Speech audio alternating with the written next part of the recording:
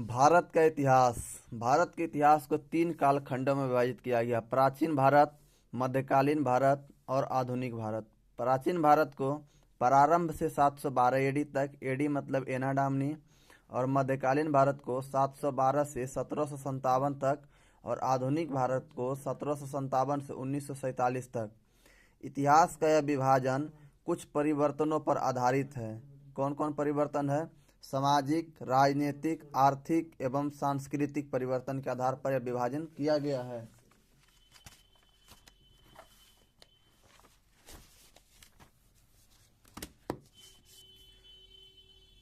आधुनिक भारत का इतिहास हम लोग इसमें कवर करेंगे। तो इसमें टॉपिक कौन कौन सा है?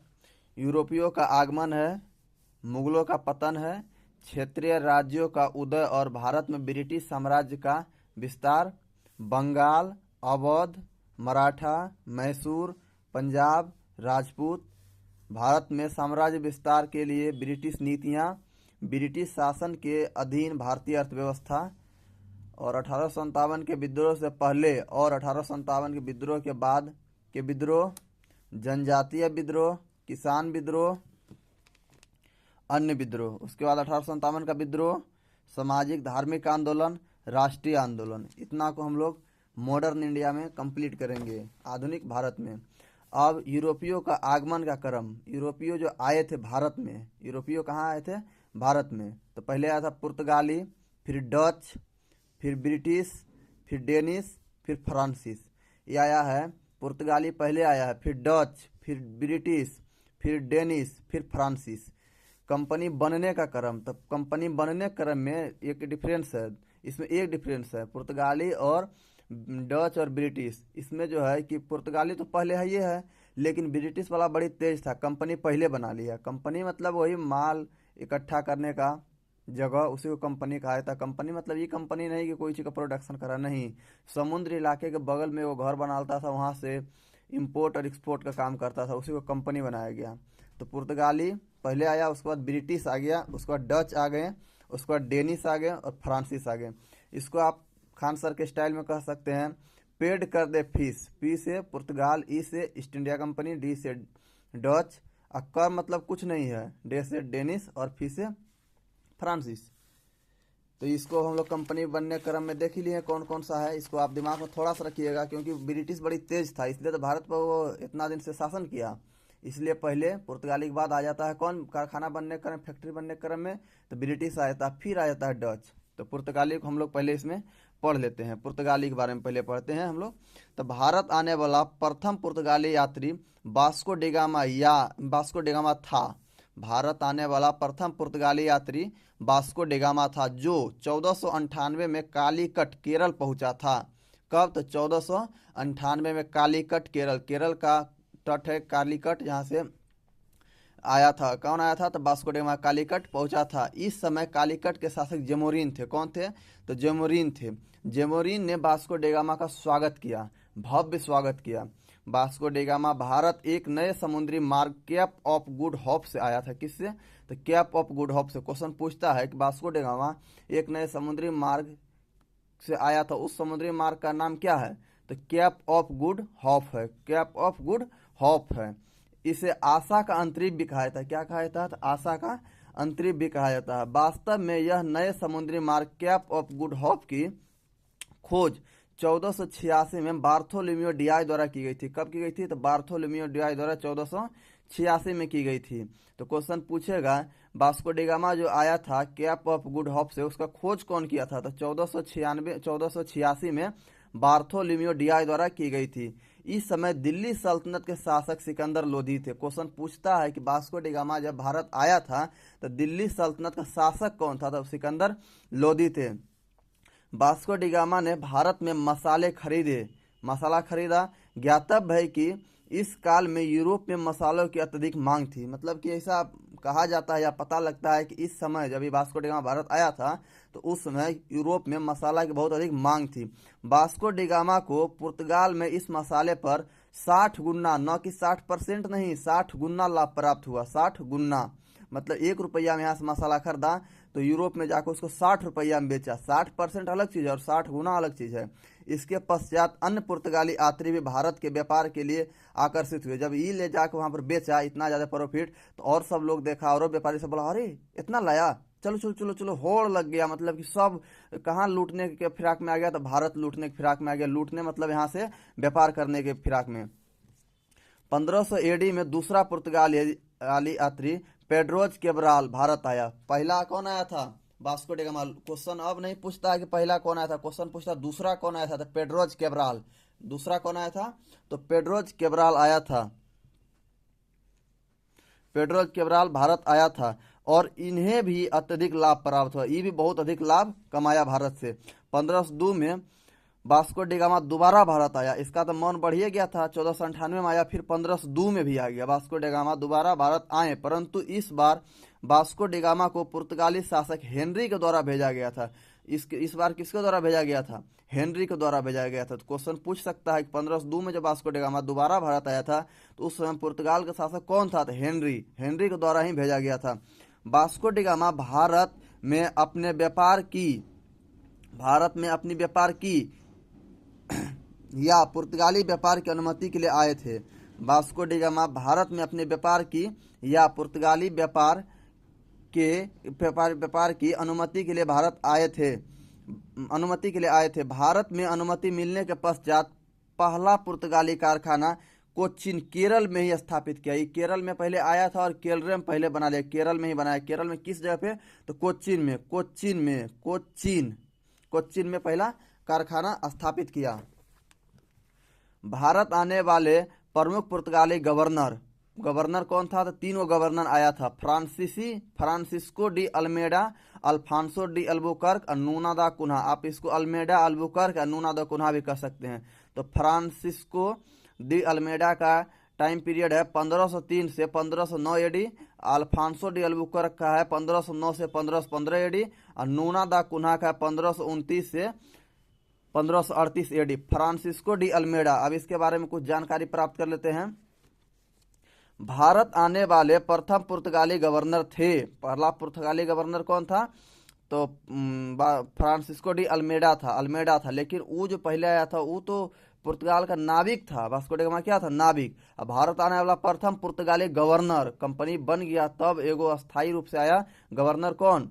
अल्मेडा आया। इन्हें भारत में पुर्तगाली व्यापार की साम्राज्य की सुरक्षा के लिए भेजा गया था। पुर्तगाली व्यापार का जो साम्राज्य था उसकी सुरक्षा के लिए इसको भेजा गया था। अल्मेडा ने कन्नूर कहाँ है? केरल में पुर्तगालियों का दूसरा कारखाना स्थापित किया। पहला कौन किया? पहला तो हो गया वहीं पे कोच्चिन केरल में ही, कौन?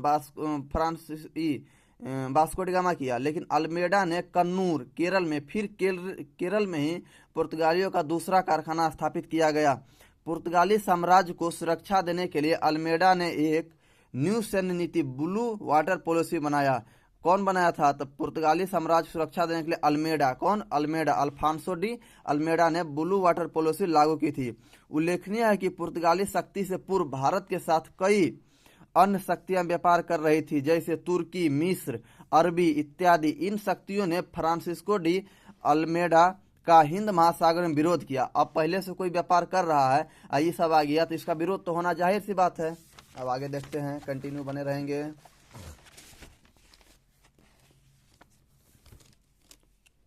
इसी क्रम में 1508 में हिंद महासागर में अल्मेडा और प्रतिद्वंदी गठबंधन के बीच एक युद्ध प्रारंभ हुआ। अल्मेडा और प्रतिद्वंदी गठबंधन कौन था? जो इससे पहले हिंद महासागर में व्यापार कर रहा था। वैसे तो यह युद्ध अनियमित निर्णय ही नहीं हुआ, कोई नियमित नहीं चला, न निर्णय हुआ, कुछ भी नहीं हुआ। परंतु इस युद्ध में अल्मेडा का पुत्र मारा गया। जब इसका बेटा मारा गया तो इसको बड़ी दुख लगा, लेकिन इसका कोई निर्णय निकला ही नहीं। 1509 में हिंद महासागर में संयुक्त गठबंधन, वही जो गठबंधन था कि संयुक्त सेना एवं अल्मेडा के बीच पूनिया का युद्ध प्रारंभ हो गया। वही सब जो बच्चल था जो इसका विरोध किया था, 1560 में इसको बेटा मार दिया। लेकिन 1509 में हिंद महासागर में ही संयुक्त गठबंधन की संयुक्त सेना एवं अल्मेडा के बीच पूनिया का युद्ध प्रारंभ हुआ। तो क्वेश्चन पूछता है पूनिया का युद्ध किनके बीच हुआ था? तो पुर्तगाली गवर्नर कौन थे? अल्मेडा। और उधर से कौन था? तो उधर से वही सब थे, संयुक्त गठबंधन था 1509 में हुआ था पूर्णिया की युद्ध। परंतु इस युद्ध में अल्मेडा ने संयुक्त सेना को पराजित कर दिया। बेटा का शोक इसको तो बुझिए कि चरम सीमा पर था, हमारे बेटा को मार दिया, इसलिए इस सब को हरा दिया, उस संयुक्त सेना को ही हरा दिया। परंतु इस युद्ध में अल्मेडा ने संयुक्त सेना को पराजित कर दिया। यह हिंद महासागर में अति महत्वपूर्ण सिद्ध हुआ। अरे हरा दिया मतलब बहुत महत्वपूर्ण सिद्ध हुआ, इतना दिन से वो सब कर रहा था, सबको हटा दिया, एक बार में आ गया, तो यह हिंद महासागर में अति महत्वपूर्ण सिद्ध हुआ। इस युद्ध के पश्चात पुर्तगाली हिंद महासागर में सबसे शक्तिशाली होकर उभरे। अब तो शक्तिशाली हो ही जाएगा क्योंकि कोई उसका कंपटीशन बचा नहीं इसके साथ जो युद्ध करेगा। इस युद्ध के पश्चात आने वाले कुछ वर्षों तक हिंद महासागर को पुर्तगाली सागर के रूप में जाना जाने लगा। कुछ समय के लिए मतलब हिंद महासागर को पुर्तगाली सागर के रूप में जाना जाने लगा, क्योंकि इसका ही वर्चस्व बढ़ गया, इसका कोई विरोध करने वाला बचा नहीं उस सागर में। अब आते हैं दूसरा गवर्नर अल्फांसो डी अल्बुकर्क। कौन था? दूसरा ही गवर्नर है Alfonso de Albuquerque. Time period याद रखिएगा 1509 से 1515। टाइम पीरियड कितना है? 1509 से 1515। अल्बुकर्क 1530 में एक जहाजी बेड़े के नायक के रूप में भारत आया था। किसके? तो जहाजी बेड़े के नायक के रूप में भारत आया था। अल्बुकर्क ने कोचीन में एक दुर्ग की स्थापना की। पहला जो कारखाना था उसमें क्या किया? दुर्ग की स्थापना करी, किला बनवाया। अल्बुकर्क ने कोचीन में एक दुर्ग की स्थापना की थी। 1509 में अल्बुकर्क को भारत में पुर्तगाली गवर्नर नियुक्त कर दिया गया। 1509 में पूर्णिया का युद्ध हो रहा था, उसके बाद इसको नियुक्त कर दिया गया अल्बुकर्क को। 1509 में अल्बुकर्क को भारत में पुर्तगाली गवर्नर नियुक्त कर दिया गया। इन्हें भारत में पुर्तगाली साम्राज्य का वास्तविक संस्थापक कहा जाता है। क्या कहा जाता है? अल्बुकर्क को पुर्तगाली साम्राज्य का वास्तविक संस्थापक कहा जाता है। इन्हें भारत में पुर्तगाली साम्राज्य का वास्तविक संस्थापक कहा जाता है। इन्होंने न केवल भारत में पुर्तगाली साम्राज्य को सुदृढ़ किया बल्कि विस्तार भी किया। विस्तार के क्रम में इन्होंने 1510 में बीजापुर के शासक यूसुफ आदिल शाह से गोवा को जीत लिया। विस्तार कर रहा था उसी क्रम में 1510 में बीजापुर के शासक कौन थे? यूसुफ आदिल शाह से गोवा को जीत लिया।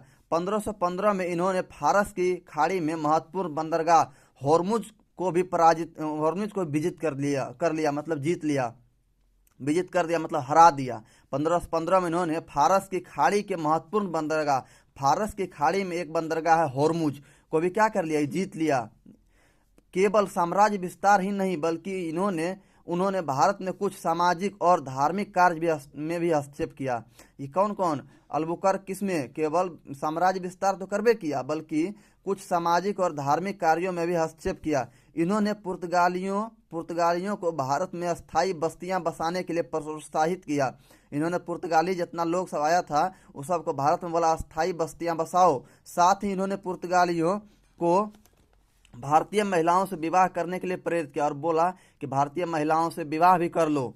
इन्होंने पुर्तगाली क्षेत्रों में सती प्रथा को प्रतिबंध कर दिया। जितना भी पुर्तगाली क्षेत्र था उसमें क्या किया? सती प्रथा को प्रतिबंधित कर दिया। इस प्रकार इन्होंने राजा राम मोहन राय और विलियम बेंटिक का पूर्वगामी कहा था। क्वेश्चन पूछता है कि राजा राम मोहन राय का पूर्वगामी किसे कहा जाता है? तो अल्बुकर्क को कहा था। अल्बुकर्क, क्योंकि ये भी सती प्रथा क्या किया था? प्रतिबंधित किया था। राजा राम मोहन राय और विलियम बेंटिक सती प्रथा बहुत घोर क्या किए थे? विरोध किए थे। और ये उनसे पहले विरोध कर दिया था। कौन? Alfonso de Albuquerque. इनके काल में ईसा मसीह धर्म प्रचारक भारत आए। इन्हीं के काल में ईसाई धर्म प्रचारक भारत आए और उन्होंने भारत में धर्म प्रचार के साथ साथ शिक्षण संस्थानों की भी स्थापना की, जो वर्तमान समय तक निरंतर रूप से देखी जाती है। अभी भी आपको इस सब का शिक्षण संस्थान दिख जाएगा। ये किसके समय आया था? तो अल्फांसो डी अल्बुकर्क के समय आया था। अब तीसरा गवर्नर के बारे में हम लोग जान लेंगे और आप लोग इसको नोट कर लीजिएगा। नूना दी कुन्हा। इसका टाइम पीरियड है 1529 से 1538 एडी मतलब एना डोमिनी। नूना दी कुन्हा भारत में तीसरे महत्वपूर्ण गवर्नर थे। इन्होंने भी पुर्तगाली साम्राज्य के विस्तार में योगदान दिया। ये मुगल बादशाह हुमायूं के समकालीन थे। यह किसके समय था इनका? जब ये आए थे तो मुगल गद्दी पर कौन था? तो हुमायूं था। हुमायूं के समकालीन थे। हुमायूं और गुजरात के शासक बहादुर शाह के बीच संघर्ष का लाभ उठाते हुए, अब दो आदमी लड़ रहा है, तीसरा लाभ उठाइए लेता है। हुमायूं और गुजरात के शासक कौन थे? बहादुर शाह के बीच संघर्ष का लाभ उठाते हुए 1535 में इन्होंने दीव को जीत लिया। किसको? तो दीव को। तो कौन जीत लिया? नूना दी कुन्हा। 1535 में किसको जीता? दीव को जीत लिया। 1530 में इन्हें इन्हीं के काल में गोवा पुर्तगालियों की अस्थायी राजधानी बन गई। याद रखिएगा क्वेश्चन ही, 1530 में इन्हीं के काल में गोवा पुर्तगालियों की अस्थायी राजधानी बन गई। किसके काल में? नूनादी कुन्हा काल में। इन्होंने पुर्तगाली व्यापार का विस्तार पश्चिमी तट से पूर्वी तट तक कर दिया। इन्होंने पुर्तगाली व्यापार का विस्तार कहाँ से? पश्चिमी तट से। भारत का ऐसे करेंगे तो इधर क्या होगा? पूर्वी तट, इधर पश्चिमी तट। तब पश्चिमी तट से किधर तक कर दिया? पूर्वी तट तक कर दिया। बंगाल में हुगली में व्यापारिक कोठी के रूप में इन्हें स्थापित किया। बंगाल में हुगली में व्यापारिक कोठी के रूप में इन्होंने स्थापित किया। नूनादी कुन्हा के पश्चात कोई भी पुर्तगाली गवर्नर साम्राज्य को स्थायित्व नहीं दे पाए। इसके बाद बहुत सारा पुर्तगाली गवर्नर आए लेकिन साम्राज्य को स्थायित्व नहीं दे पाए। इतिहास बहुत कम लोग को याद रखता है जो कुछ किए रहते हैं और अच्छा तरह से किए रहते हैं। 1560 के पश्चात पुर्तगाली भारत में कमजोर पड़ने लगे। कब से? तो 1560 के पश्चात पुर्तगाली भारत में कमजोर पड़ने लगे। 1580 में पुर्तगाल का विलय स्पेन में हो गया। पुर्तगाल का विलय किस में हो गया? स्पेन में हो गया, जिससे पुर्तगाल ने अपनी स्वतंत्र स्थिति खो दी। अब किसी में मिल गया तो उसी के अनुसार चलना पड़ेगा। 1580 में पुर्तगाल का विलय स्पेन में हो गया, जिससे पुर्तगाल ने अपनी स्वतंत्र स्थिति खो दी।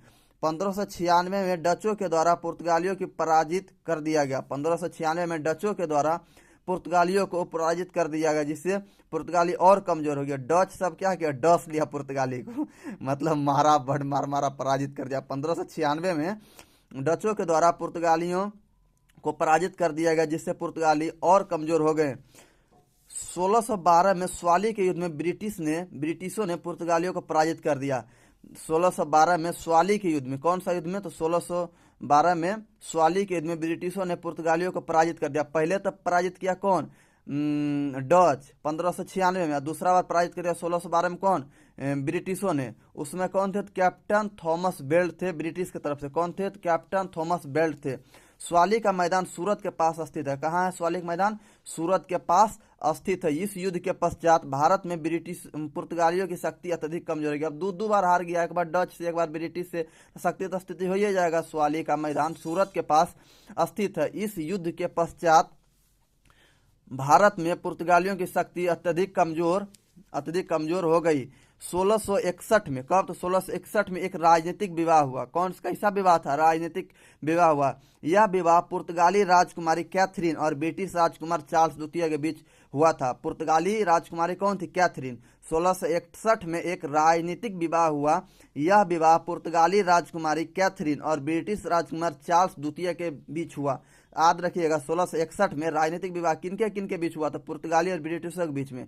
पुर्तगाली की लड़की थी कौन? कैथरीन, और ब्रिटिश का लड़का था चार्ल्स द्वितीय, ब्रिटिश राजकुमार चार्ल्स द्वितीय। इस विवाह के दौरान पुर्तगालियों ने ब्रिटिशों को बम्बई दहेज में दे दिया। कौन सा? इस विवाह जब हुआ, राजनीतिक विवाह दौरान पुर्तगालियों ने लड़की वाला दहेज दे दिया, लड़का वाला को ब्रिटिश को बम्बई दहेज दे दिया। पुर्तगाली के पतन के कारण, पुर्तगाली क्यों पतन हो गया, उसका क्या पतन रहा उसके होने कारण? अल्बुकर्क के पश्चात उत्तराधिकारी बेहद कमजोर एवं अकुशल थे, कुशल नहीं थे। अल्बुकर्क के पश्चात उत्तराधिकारी बेहद कमजोर एवं अकुशल थे। पुर्तगाली कंपनी के कर्मचारी का वेतन कम था और उन्होंने भ्रष्टाचार शुरू कर दिया। अब वेतन कम देगा तो भ्रष्टाचार तो स्टार्ट होना जाहिर सी बात है। वहां से कंपनी बना के भेजी और यहाँ पे वेतने कम कर दिया, तो यहाँ देखा अरे इतना संसाधन है तो भ्रष्टाचार तो करबे करेगा। इन्होंने हिंद महासागर में लूटपाट प्रारंभ कर दी। कौन? पुर्तगाली सब, जिससे समकालीन साम्राज्य एवं लोग इनसे क्रोधित हो गए और साम्राज्य विस्तार की ओर बढ़ा। इससे लोग सब बड़ी क्रोधित हो गए। इन्होंने हिंद महासागर में लूटपाट प्रारंभ कर दी, जिससे समकालीन साम्राज्य एवं लोग इनसे क्रोधित हो गए और साम्राज्य पतन की ओर बढ़ा। भारत में इनका व्यापार सीमित था, अधिकतर ये तटीय क्षेत्रों तक ही सीमित थे। भारत में इनका व्यापार क्या था? सीमित क्षेत्र में था, अधिकतर ये तटीय क्षेत्रों तक ही सीमित थे। पुर्तगालियों ने ब्राजील के रूप में एक नए उपनिवेश की खोज कर ली। अब यहाँ वर्ड आएगा उपनिवेश। उपनिवेश का मतलब हो गया कोई अगर देश है वो दूसरे पर अधिकार कर लिया तो वहाँ से कच्चा माल लाएगा और अपने पास उसको अंतिम माल बना देगा, मतलब कि पक्का माल फिनिश्ड बना के और उसको बेचेगा, तो उपनिवेश हो जाता है। वहाँ से कच्चा माल को लूट करना, लाना, कम दाम पे लाना। और वो पुर्तगालियों ने ब्राजील के रूप में एक नए उपनिवेश की खोज कर ली थी। पुर्तगाली ने किसका? तो ब्राजील के रूप में नए उपनिवेश की खोज कर ली थी। पुर्तगालियों का भारत में योगदान क्या क्या भारत में दिया? भारत में इनके काल में ईसाई धर्म प्रचारक ने प्रवेश किया। भारत में इनके काल में ईसाई धर्म प्रचारक प्रचारकों ने प्रवेश किया तथा धर्म प्रचारकों के द्वारा भारत में स्कूल एवं कॉलेजों की शुरुआत की गई, जिसकी शिक्षा विज्ञान पर आधारित है। इसकी शिक्षा किस पे आधारित था? विज्ञान पर आधारित था। पुर्तगालियों के द्वारा भारत में नौसैन्य शक्ति को बढ़ावा दिया गया। पुर्तगालियों के द्वारा भारत में नौसैन्य शक्ति को बढ़ावा दिया गया, जिससे भारत में आगे चलकर बंदरगाहों की स्थापना हुई। नौसैन्य शक्ति को बढ़ावा दिया तो उससे आगे चल क्या हुआ? बंदरगाह की स्थापना हुई एवं भारतीय शासकों के नौसैन्य शक्ति को बढ़ावा दिया गया। पुर्तगालियों ने भारत में प्रथम प्रिंटिंग प्रेस की स्थापना गोवा में 1556 में की थी।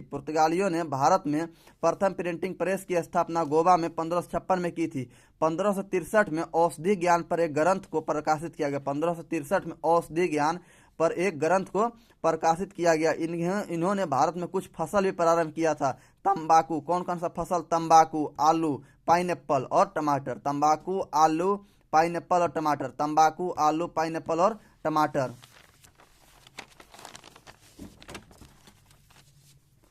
नोट: भारत में पुर्तगालियों द्वारा एक नई वास्तुकला गौथिक कला को प्रारंभ किया गया। कौन सा? तो गौथिक कला। भारत में पुर्तगालियों द्वारा एक नई वास्तुकला गौथिक कला को प्रारंभ किया गया था। काटर्ज व्यवस्था क्या थी? पुर्तगालियों जान लीजिए काटर्ज क्या था। पुर्तगालियों ने भारत में हिंद महासागर में काटर्ज व्यवस्था लगाई थी। किसमें? तो हिंद महासागर में काटर्ज व्यवस्था प्रारंभ की थी। यह व्यवस्था हिंद महासागर में एक व्यापार परमिट था, अर्थात कोई भी हिंद महासागर में व्यापार करना चाहेगा तो उसे पुर्तगालियों से परमिट लेना होगा। इसी को काटर्ज व्यवस्था कहा गया। उल्लेखनीय है कि मुगल बादशाह अकबर के द्वारा भी हिंद महासागर में व्यापार करने के लिए पुर्तगालियों से काटर्ज लेना पड़ा था। अकबर भी काटर्ज लिया था। किससे? पुर्तगालियों से। ज्ञातव्य है कि इस काल में दक्षिण भारत में विजयनगर साम्राज्य चरमोत्कर्ष पर था, सबसे ऊंचा पीक पर था। कौन? विजयनगर साम्राज्य। इस साम्राज्य के साथ पुर्तगालियों का संबंध अच्छे थे। कैसा था? अच्छा था। जय हिंद।